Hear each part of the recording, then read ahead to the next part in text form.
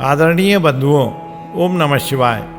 एक प्रश्नकर्ता श्री आशुतोष जी द्वारा बेंगलुरु से एक प्रश्न किया गया है कि सृष्टि की उत्पत्ति के वर्णन में भिन्नताएं क्यों पाई जाती हैं?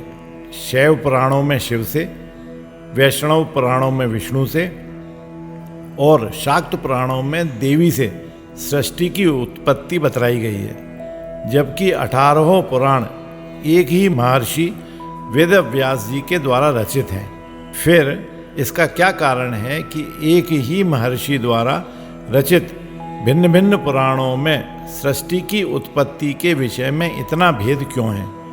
इसका क्या कारण है? आशुतोष जी द्वारा अत्यंत महत्वपूर्ण प्रश्न किया है, जिसे प्रत्येक सनातन धर्म के मानने वाले को आत्मसात करना समय की अनुभूत आवश्यकता है। अब इसका उत्तर सुनिए। वेद व्यास जी बड़े भारी तत्वदर्शी विद्वान और सृष्टि के समस्त रहस्य को जानने वाले महापुरुष थे।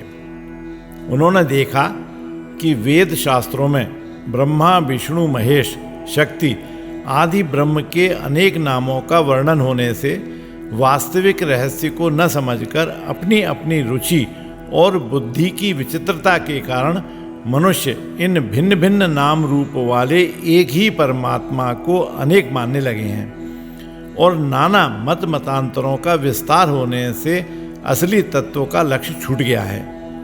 इस अवस्था में उन्होंने सबको एक ही परम लक्ष्य की ओर मोड़कर सर्वोत्तम मार्ग पर लाने के लिए एवं श्रुति, स्मृति आदि का रहस्य अल्प बुद्धि वाले मनुष्यों को समझाने के लिए उन सब के लिए परम हित के उद्देश्य से पुराणों की रचना की। भिन्न भिन्न पुराणों में भिन्न भिन्न देवताओं से भिन्न भिन्न भांति से सृष्टि की उत्पत्ति, स्थिति और लय का क्रम बताया गया। उन्होंने सबके लिए परम धाम पहुँचने का मार्ग सरल कर दिया।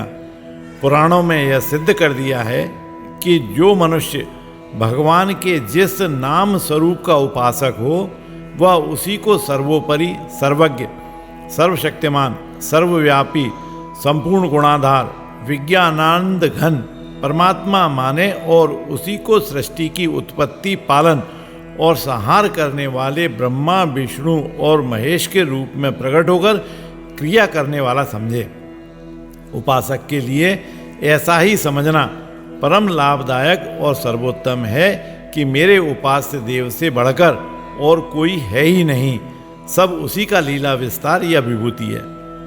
वेदों में परमात्मा के दो स्वरूप माने गए हैं, एक निर्गुण ब्रह्म, दूसरा सगुण ब्रह्म।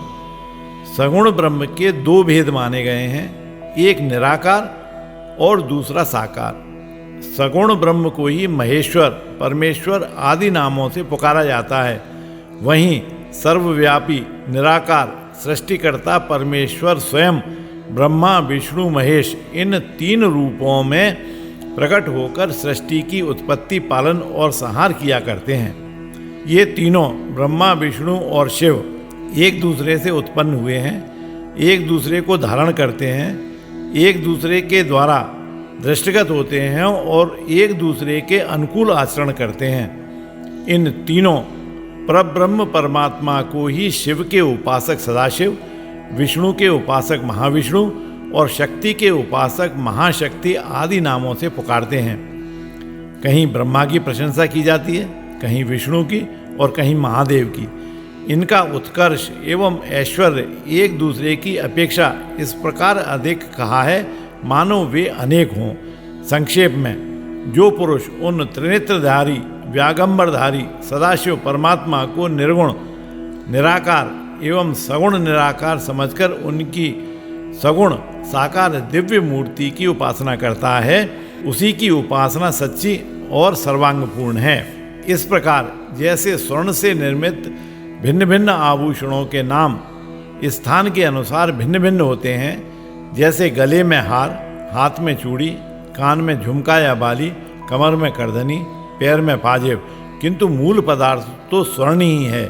इस प्रकार परब्रह्म परमात्मा के अनेक रूप हैं। उत्पन्न करने वाले को ब्रह्मा, पालन करने वाले को विष्णु, संहार करने वाले को रुद्र या महेश्वर और इन्हें शक्ति प्रदान करने वाली को प्रकृति देवी कहते हैं। किंतु इन सब का मूल तत्व परब्रह्म परमात्मा सदाशिव ही है।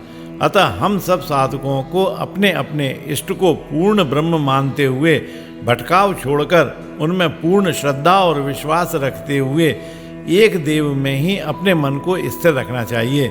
इसी में कल्याण है और इसी में मोक्ष का मार्ग है। यदि यह वीडियो आपको अच्छा लगा हो तो लाइक करें, शेयर करें और शिवा मिशन न्यास के चैनल को सब्सक्राइब करें। बोलिए ओम नमः शिवाय।